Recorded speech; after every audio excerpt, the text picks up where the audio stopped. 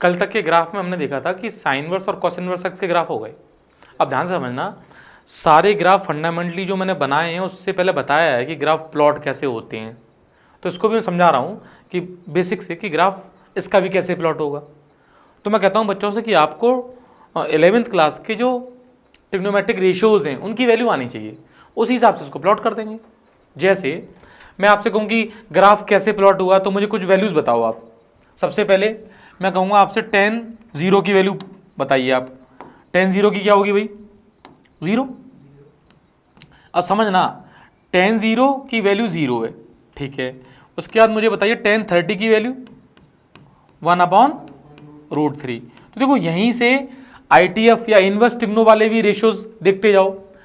Means आप लिख सकते हो कि tan inverse 0 is equal to 0। अच्छा, मैंने दोनों साथ इसलिए रखे हैं, बच्चों को कन्फ्यूजन नहीं होना चाहिए कि ये 0 कौन सा, ये 0। तो यहाँ पे समझना tan inverse 1/√3 is equal to π/6। ऐसे ही जो भी तुम्हें वैल्यूज फंडामेंटली यानी 11th क्लास की याद हैं, उन वैल्यूज को कुछ को यहाँ लिख लो और उनके करस्पॉन्डिंग उनके इनवर्स को लिख लो। तो जैसे tan इनवर्स 1 की वैल्यू π/4 याद ही रहती है बच्चों को, ये वाली वैल्यू। सिमिलरली tan 60 की वैल्यू कितनी? √3। तो tan इनवर्स √3 की वैल्यू कितनी? 60 यानी π/3। और फाइनली मैं बात करूं tan 90 क्या होता है बेटा? Not define. तो तुम लिख सकते हो tan इनवर्स नॉट डिफाइन की वैल्यू कितनी हो जाएगी? 90। तो देखो यहाँ एक समझने वाली बात है कि ये जो मैंने लिख दिया है ये कोई नंबर नहीं है। Infinite is nothing, imaginary concept है ये। मतलब बहुत बड़ा क्या होता है दुनिया में, तो मतलब उस एक्स को मैं इंक्लूड नहीं कर पाऊंगा एक्चुअली। तो समझो, अब यहाँ से मुझे जैसे मुझे ग्राफ बनाना है y is equal to tan inverse x का, समझना है बेटा। y equal to tan inverse x का जब मुझे ग्राफ प्लॉट करना है तो मुझे पॉइंट्स क्या मिल रहे हैं? ये x है, ये y है। मीन्स मुझे पहला पॉइंट मिला 0,0, फिर मुझे मिला 1/√3, π/6, ये वाला पॉइंट। फिर मुझे पॉइंट मिला 1, π/4, फिर मुझे पॉइंट मिला √3, π/3। अब मैं आपसे ये कहूँगा कि जब मुझे ग्राफ बनाने के लिए कोई कहेगा तो मैं इन्हीं पॉइंट्स को लेके ज्वाइन कर दूंगा। सिमिलरली मैं आपसे कहूँ tan इनवर्स -1 कितना है, तो -π/4 हो जाएगा। tan इनवर्स -√3 क्या है, तो -π/3 आ जाएगा। तो करस्पॉन्डिंग नेगेटिव साइड वाले भी मेरे पास पॉइंट्स आ जाएंगे। तो मैं आपको ये बताऊं इसमें कि ग्राफिकली जो इसका ग्राफ प्लॉट करेंगे वो क्या होगा। तो देखना इधर, मान लो थोड़ी सीधी बनाने में हेल्प करना मेरी। ये सीधी है?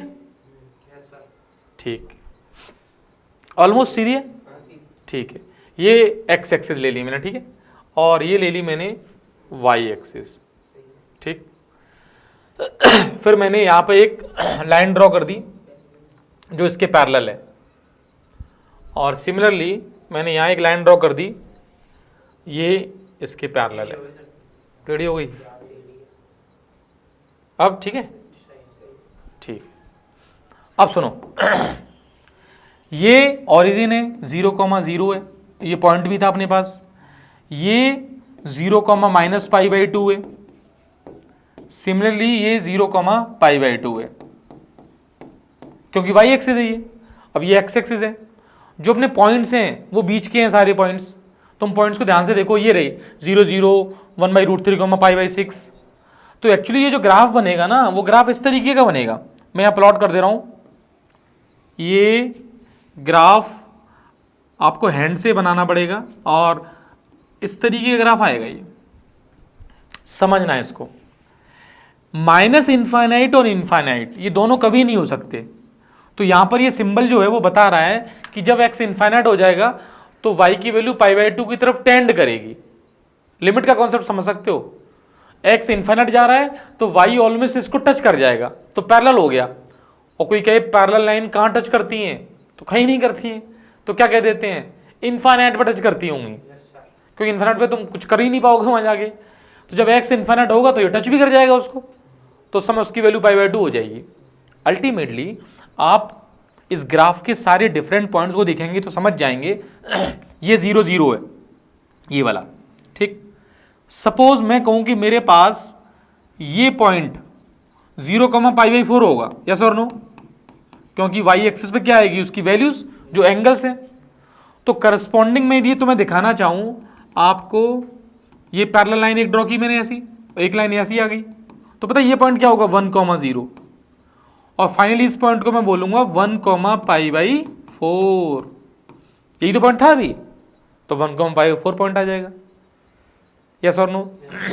ऐसे ही मैं √3 लूंगा, तो देखो √3 ऑब्वियसली आगे होगा, तो √3 पे वैल्यू भी आएगी 60, तो 60 भी ऊपर होगा, क्योंकि मैंने 90 की तरफ जाना है मुझे। तो आप ध्यान से देखो, ग्राफिकल जो नेचर है tan इनवर्स x का, वो ये डिनोट हो रहा है, this is the graph of y is equal to tan inverse x। ये y is equal to tan inverse x का ग्राफ है। हमें इस ग्राफ को बिल्कुल बेसिक समझना चाहिए कि tan इनवर्स के ग्राफ में क्या क्या है। तो बेसिक फंडामेंटल क्या बता रहा है, एक तो इसकी डोमेन समझ में आ जानी चाहिए कि ऑल रियल नंबर हैं, -∞ से इनफाइनाइट डोमेन है। रेंज समझ में आनी चाहिए, ग्राफ को देखते ही -90 से 90 इसकी रेंज है।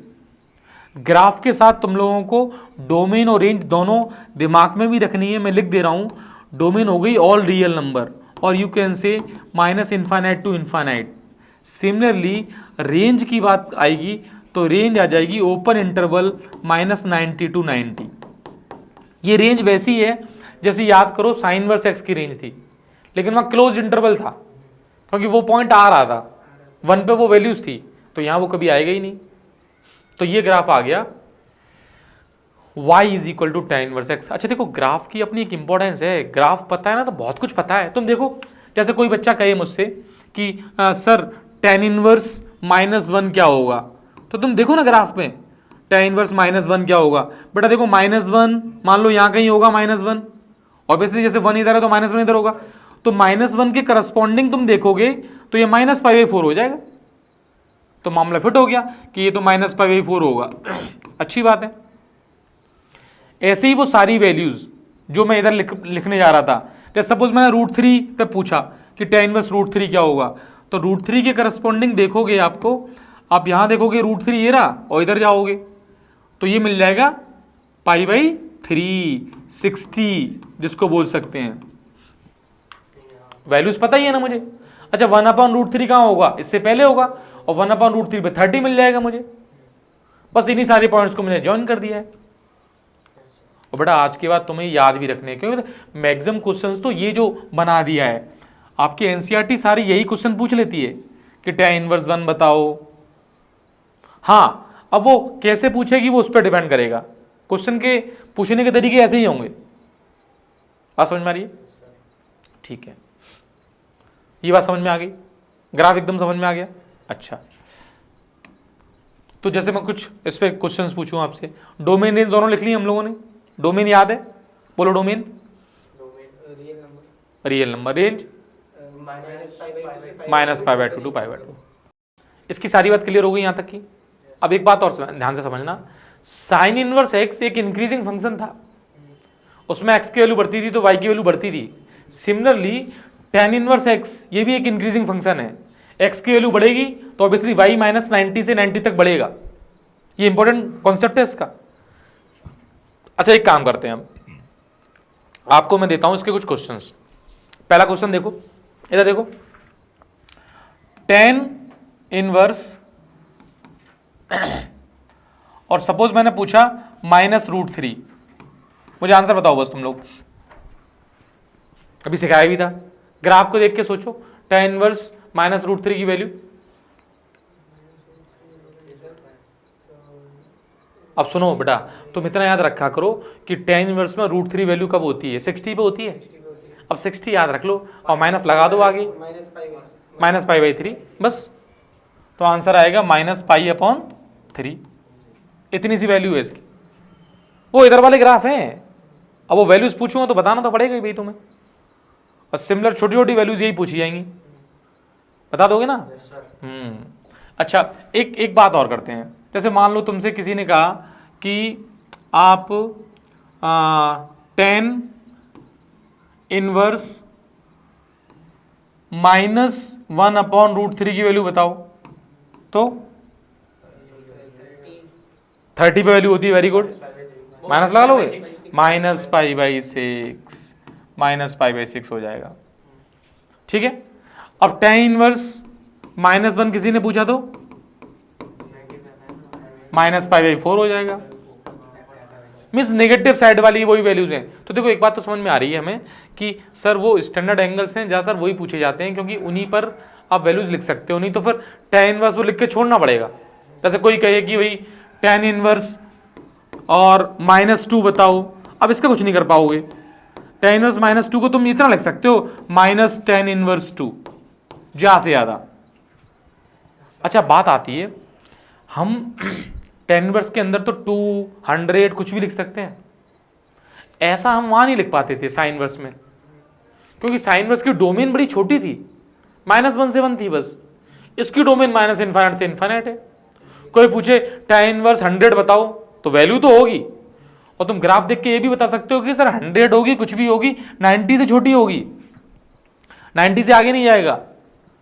कोई पूछे टेन इनवर्स 1 लाख बताओ, तो 1 लाख की भी वैल्यू होगी। यानी सारी वैल्यूज एग्जिस्ट करेंगी, क्योंकि रेंज क्या है, मतलब डोमेन क्या है इसमें, रियल नंबर, तो कोई भी रियल नंबर रख सकते हो। यस और नो? तो टेन इनवर्स बात समझ में आती है। देखो बेटा, अब तुमसे मैं एक बात बताऊं कि इनका यूज क्या है। कोई कहे जैसे इंटीग्रेशन में जाओगे तो इंटीग्रेशन में आपको यदि इसका ग्राफ याद है तो बहुत कुछ हेल्प मिलेगी, क्योंकि वहां पर क्वेश्चन कैसा होगा। अब जैसे फंक्शन पढ़ के आए हैं, अब थोड़ा सा देखना। जैसे सपोज मैं आपसे कहूं, मैंने एक क्वेश्चन दे दिया 0 to 100, समझना, और यहां लिखा ग्रेटेस्ट इंटीजर और टेन इनवर्स एक्स लिख दिया dx। हालांकि बात तो आगे की है, लेकिन यहां मैं क्यों दे रहा हूं, एक्चुअली 0 से 100 टेन इनवर्स एक्स को और उसके GIF को इंटीग्रेट करने के लिए पूछा जाएगा। तब बच्चा तो वही कर पाएगा जिसको टेन इनवर्स एक्स का ग्राफ पता है। थोड़ा समझना, कोशिश कर रहा हूं समझाने की। देखो 0 से 100 जाना है, तो 0 से 100 जाने पर ये एक्स मिल जाएगी सारी, तो टेन इनवर्स तो 0 से पाई बाई 4 तक जा पाएगा।